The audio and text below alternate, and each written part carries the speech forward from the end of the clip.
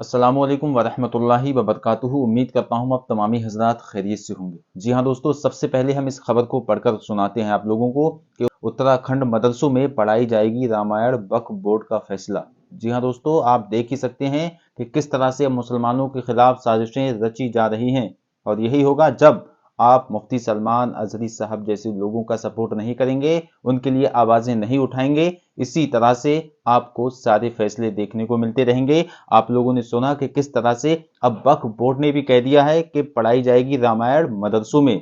ये साफ तौर पर वक्फ बोर्ड का फैसला है। क्या है पूरी खबर, क्या है पूरी डिटेल, आपको विस्तार से आगे डिटेल में बताने वाला हूं। वहीं पर इस वीडियो में बताऊंगा कि मुफ्ती सलमान अजहरी साहब को लेकर एक और बड़ी खबर निकल कर आ रही, जो मुसलमानों के लिए बहुत ही ज्यादा गमनाक खबर है। जी हाँ दोस्तों, जब आप ये खबर सुनेंगे तो यकीनन आप भी हैरान रह जाएंगे कि किस तरह से मुफ्ती सलमान अजहरी साहब पर केस लगाए जा रहे हैं और उन्हें जेल से निकलने के लिए रोका जा रहा है। सारी डिटेल आज के इस वीडियो में आप लोगों को बताने वाला हूं, विस्तार से डिटेल से, इसलिए वीडियो को आखिर तक जरूर देख लेना। यहाँ पर मैं कोई भी बात अगर बोलता हूं तो वो असली सोर्स यानी कि बिल्कुल प्रूफ के साथ आपको हर एक बात बताता हूं, हर एक डिटेल बताता हूं दोस्तों। इसलिए आप मेरे हर वीडियो पे बिल्कुल पूरा भरोसा कर सकते हैं और हर बात का मेरा भरोसा कर सकते हैं, क्योंकि मैं किसी ऐरा खैरा हैंडल से नहीं बल्कि मुफ्ती सलमान अजहरी साहब के ट्विटर हैंडल से जो भी खबर आ रही है, जैसा कि मुफ्ती सलमान अजहरी साहब की जो भी खबरें पीछे मैंने आपको बताई थी वीडियोस में, वो एक एक मैंने मुफ्ती सलमान अजहरी साहब के ट्विटर अकाउंट से लेकर आपको हर जानकारी दी थी। और आज भी मैं आप लोगों को बिल्कुल सही और बिल्कुल ताज़ा अपडेट बताने वाला हूं मुफ्ती सलमान अजहरी साहब को लेकर। इससे पहले आपसे गुजारिश करूंगा, आप चैनल पर अगर पहली मर्तबा आए तो चैनल को सब्सक्राइब जरूर कर लें, और जो लोग हमारे फैमिली मेंबर बन चुके हैं यानी कि हमारे सब्सक्राइबर हैं, उनका तहे दिल से शुक्रिया है दोस्तों इस चैनल में। और मैं जब देखता हूं कि इस दुनिया में जो चैनल कॉमेडियन है उन पर मिलियंस में सब्सक्राइबर एक हफ्ते में हो जाती हैं, लेकिन वहीं पर दूसरी तरफ जो इस्लाम की दावत देता है, इस्लाम का पैगाम आप लोगों तक पहुंचाता है, उनका चैनल सब्सक्राइब करने में आप लोग देरी क्यों करते हैं। तो दोस्तों, आप लोग इस चैनल को सब्सक्राइब जरूर करें और वीडियो को लाइक करें दोस्तों।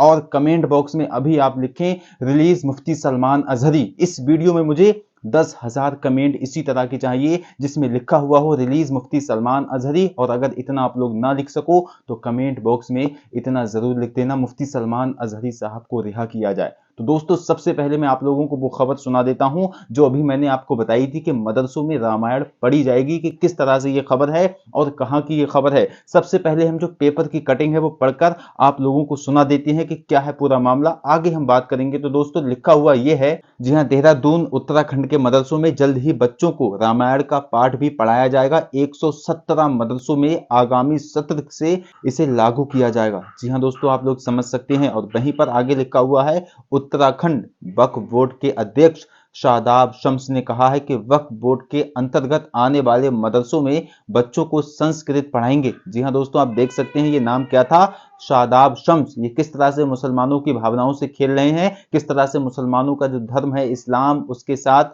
खेल रहे हैं दोस्तों। वहीं पर लिखा हुआ है इसके साथ ही रामायण भी पढ़ाई जाएगी। कितनी खुशी के साथ इन्होंने, शादाब शम्स साहब ने वक्फ बोर्ड से इस तरह से फैसला कर दिया कि अब रामायण भी पढ़ाई जाएगी। वहीं पर आगे क्या लिखा हुआ है, जिससे बच्चे अपनी संस्कृत से जुड़ सकें। इससे पहले उत्तराखंड के मदरसों में बच्चों को संस्कृत पढ़ाने की बात भी कही गई थी। मैं आपको बता दूं, इस फैसले का मुस्लिम मौलानाओं की ओर से जबरदस्त विरोध देखने को मिला है, और होना भी चाहिए दोस्तों। और आपको बता दें कि वक्फ बोर्ड ने रामलला के विग्रह की प्राण प्रतिष्ठा के बाद सभी मदरसों में श्री राम कथा पाठ्यक्रम में शामिल करने का निर्माण किया है। अल्लाह अकबर कबीरा। जी हाँ दोस्तों, आप देख सकते हैं कि किस तरह से मुसलमान ही मुसलमान का दुश्मन बनता हुआ जा रहा है। आपने सुना कि शादाब शम्स साहब ने ही ये खुद कहा है कि अब जो मदरसे हैं जितने भी उत्तराखंड के, उसमें रामायण पढ़ाई जाएगी। यानी कि 22 जनवरी के बाद इन्होंने लिखा है कि जब रामलला प्राण प्रतिष्ठा हुई थी, यानी कि जो उद्घाटन हुआ था बाबरी मस्जिद की जगह पर राम मंदिर का, उसी दिन से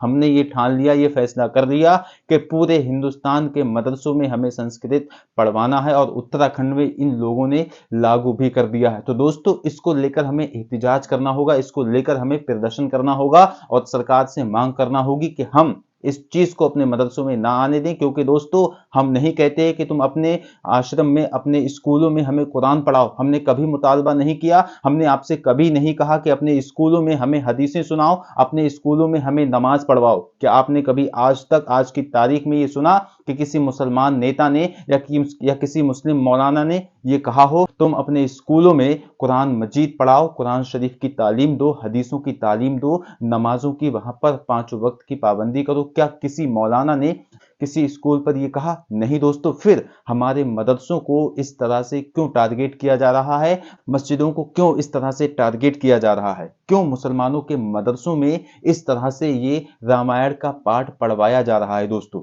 जबकि हम आपको बता दें कि मदरसों में यकीनन हिंदी, इंग्लिश, मैथ वगैरह की भी पढ़ाई होती है साथ ही साथ, और हमारा जो इल्म दीन है अल्हम्दुलिल्लाह उसमें कहीं भी किसी भी तरह का कोई भी गलत पाठ नहीं पढ़ाया जाता है। हम हमेशा अमन, शांति और सुकून की बातें यहाँ पर पढ़ाते हैं अपने मदरसों में। और आप लोगों को बता दूं 22 जनवरी के बाद अभी जो 26 जनवरी का प्रोग्राम हुआ था और पूरे देश ने यानी कि गणतंत्र दिवस मनाया था और हमने भी मनाया था यकीनन, उसके बाद हमने कुछ वीडियोस ऐसे देखे जो गणतंत्र दिवस के लिए नहीं बल्कि वो वीडियो सिर्फ और सिर्फ हिंदुत्व को बढ़ावा देने के लिए थे। यानी कि एक आश्रम के बच्चे एक अपने गांव में रैली निकालते हैं, रैली निकालने के बाद जय भारत ना करके बल्कि वो जय श्री राम और इस तरह के नारे लगा रहे थे। वहीं पर हमने क्या देखा, वो बच्चे उल्टे सीधे वहां पर नारे लगा रहे थे कि हम मुसलमानों को इस तरह से नारे लगवाएंगे। और हमने क्या देखा कि वहां पर जो उनके टीचर्स थे वो उनसे बिल्कुल भी मना नहीं कर रहे थे। तो आप लोग यहाँ से अंदाजा लगा सकते हैं कि गलत पाठ कहाँ पढ़ाया जाता है,